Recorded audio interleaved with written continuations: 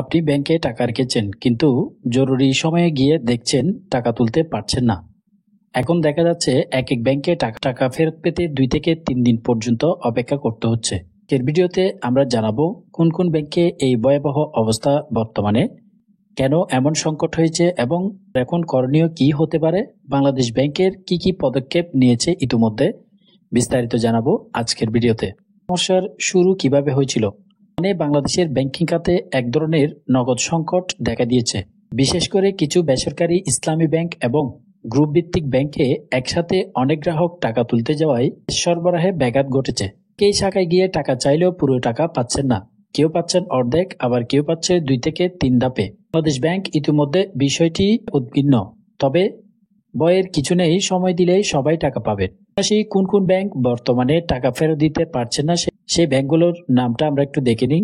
নাম প্রকাশ করে বললে বর্তমানে যে ব্যাংকগুলো টাকা ফেরত দিতে পারছে না সেগুলো হচ্ছে: নাম্বার 1, সোশ্যাল ইসলামী ব্যাংক লিমিটেড, গ্রাহকদের একেবারে টাকা না দিয়ে কিস্তিতে ফেরত দিচ্ছে। 2 নাম্বার হচ্ছে ফার্স্ট সিকিউরিটি ইসলামী ব্যাংক, তাদের বর্তমান লেনদেন হচ্ছে সীমিত, বাংলাদেশ ব্যাংক থেকে ঋণ দিয়েও চাহিদা মেটাতে পারছে না। নাম্বার 3-এ রয়েছে গ্লোবাল ইসলামী ব্যাংক, চাহিদা মতো নগদ অর্থ দিতে পারছে না এই ব্যাংকটি। ইউনিয়ন ব্যাংকের ক্যাশ রিজার্ভ খুবই কম, গ্রাহক ভোগান্তি বেড়েছে এই ব্যাংকে। এছাড়াও এক্সিম ব্যাংকে গ্রাহক অভিযোগ বেড়েছে, লেনদেন খুবই দৃঢ়। ন্যাশনাল ব্যাংকের একাধিক শাখার গ্রাহক ভোগান্তি দেখা গিয়েছে। কেন এই সংকটের তৈরি হয়েছে? এই সংকট হঠাৎ আসেনি, বছরের পর বছর ধরে বাড়তে থাকা অবহেলিত ঋণ, ভুল বিনিয়োগ ও কিছু ব্যাংকে মালিকানা ভিত্তিক দুর্নীতি এর মূল কারণ। লিকুইড অর্থের সংকট তীব্র হয়েছে।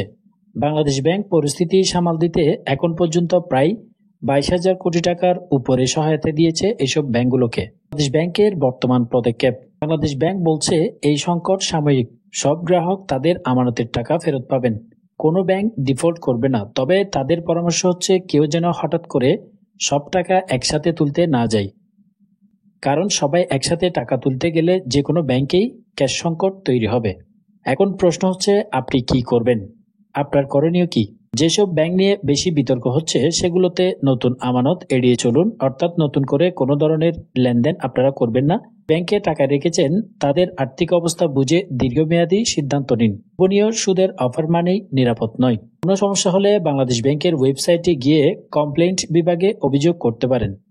এছাড়াও প্রয়োজনে টাকা ভাগ করে আপনি কয়েকটি নির্ভরযোগ্য ব্যাংকে রাখতে পারেন। বর্তমানে বাংলাদেশের ব্যাংকিং খাত এখন এক ধরনের সংকটেই রয়েছে এবং সচেতন না হলে সাধারণ গ্রাহকরাই ক্ষতিগ্রস্ত হচ্ছে। আপনার টাকা কোথায় রাখবেন, কিভাবে রাখবেন তা জেনে বুঝে সিদ্ধান্ত নেওয়াই এখন সবচেয়ে জরুরি। এই ভিডিও যদি আপনার জন্য তথ্যবহুল হয়ে থাকে তাহলে একটি লাইক দিয়ে পাশেই থাকুন। আপনার অভিজ্ঞতা বা মতামত জানাতে পারেন কমেন্টস করে। এমনই আরো আপডেট তথ্য পেতে চ্যানেলটি সাবস্ক্রাইব করতে ভুলবেন না। এমনই আরো আপডেট পেতে চ্যানেলটি সাবস্ক্রাইব করতে ভুলবেন না। দেখা হবে নতুন কোনো ভিডিওতে। আল্লাহ হাফেজ।